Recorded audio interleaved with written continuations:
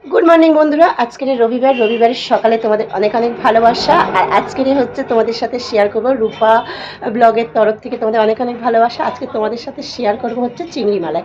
তা চলো, চিংড়ি মালাই করার জন্য এই যে তোমাদের দাদাভাই এখানে কাটছে নারকেল। এই যে দেখো তোমাদের দাদাভাই নারকেল ছাড়াচ্ছে, আর আমি চলো ফ্রিজ থেকে চিংড়ি মাছটা বের করি। চিংড়ি মাছটা আছে ফ্রিজে।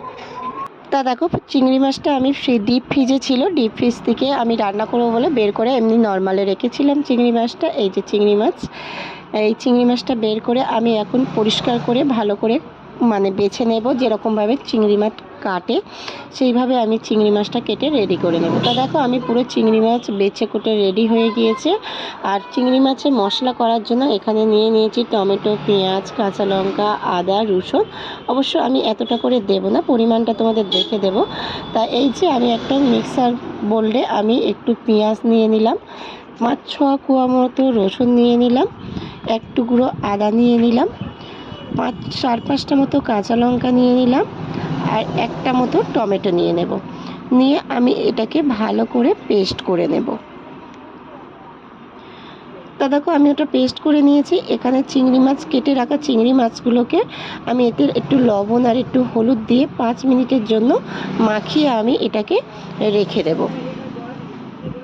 এটাকে 5 মিনিটের জন্য ভালো করে মাখিয়ে যদি রেখে দেওয়া হয়, তাহলে এর ভিতরে লবণ কিংবা নুনটা ভালো করে ঢোকে। আর এইখান থেকে আমি এই যে চিংড়ি মাছের যে নোংরাটা, সেটাকে আমি বের করে পরিষ্কার করে নিয়েছি। তারপরে একটা কড়া বসিয়ে দিলাম, দিয়ে তাতে কিছুটা সর্ষের তেল, আমি কিন্তু এটাকে সর্ষের তেলে রান্না করব।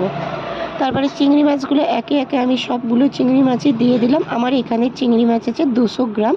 তোমরা যতটা পরিমাণে করবে ততটা পরিমাণ তোমরা নিতে পারো। আমি চিংড়ি মাছগুলো বেশি ভাজবো না, চিংড়ি মাছ বেশি ভাজলে কিন্তু চিংড়ি মাছ হচ্ছে শক্ত হয়ে যায়।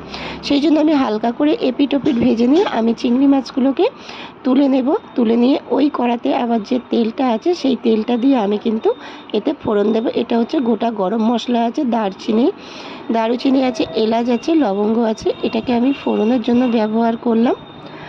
এবার হচ্ছে যে পেস্টটা আমি করে রেখেছিলাম টমেটো পেঁয়াজ দিয়ে, সেই পেস্টটাকে আমি দিয়ে দিলাম। আর এই রান্নাটা এইভাবে তোমরা একবার বানিয়ে খেলে হাত চেটে তোমাদেরকে খেতে হবে। এত সুন্দর টেস্টি একটা মালাইকারি হয়। এইভাবে খুব কম সময়ে কম উপকরণে তোমরা রান্নাটা সেরে নিতে পারবে। তো আমি দিয়ে দিলাম লবণ, জিরে গুঁড়ো, লঙ্কার গুঁড়ো, হলুদ গুঁড়ো, আর এখানে দেব একটু ধনে গুঁড়ো। দিয়ে আমি মশলাটাকে ভালো করে কষিয়ে নেব। শুকনো শুকনো হওয়া পর্যন্ত আমি তেল ছাড়া পর্যন্ত মশলাটাকে কষিয়ে নেব। তো মশলাটাকে এই যে ভালো করে আমি শুকনো শুকনো করে এই যে কষিয়ে নিয়েছি। দেখো আমার তেল ছেড়ে গিয়েছে, মশলা কড়াই গায়ে থেকে উঠে আসছে। এতে আমি এবার দিয়ে দেব নারকেলের দুধ।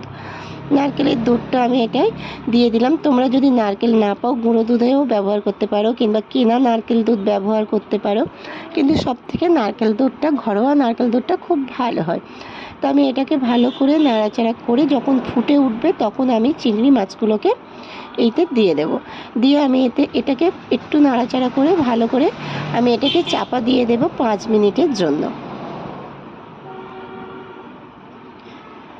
5 মিনিট পরে ঢাকনা খুলে এই যে দেখো, আমি যতটা গ্রেভি খাবো, তোমরা যতটা গ্রেভি খাবে সেরকমই রাখবে, এতে বেশি গ্রেভি ভালো লাগবে না। তাই এই যে আমার রেডি হয়ে গেছে চিংড়ি মাছের মালাইকারি, খুব সুন্দর একটা টেস্টি। আরও এতে 2-1টা উপকরণ দেব আমি। এতে নামানোর আগে একটু গরম মশলা দিয়ে দেব, দিয়ে আমি এতে আরও 2 মিনিট এটাকে চাপা দিয়ে দেব। তারপরেই কিন্তু রেডি হয়ে গেল আমার চিংড়ি মাছের মালাইকারি। ভিডিওটা ভালো লাগলে লাইক কমেন্ট শেয়ার করে নেবেন। আর গরম গরম ভাতের সাথে এই চিংড়ি মাছের মালাইকারি দিয়েই ভাত খাওয়া হয়ে যাবে, 1 থালা ভাত উঠে যাবে চিংড়ি মাছের মালাইকারি দিয়ে। তা ভিডিওটা ভালো লাগলে লাইক কমেন্ট শেয়ার করে দেবে, পাশে থাকবেন, সাপোর্ট করবেন নতুন নতুন ভিডিও দেখার জন্য।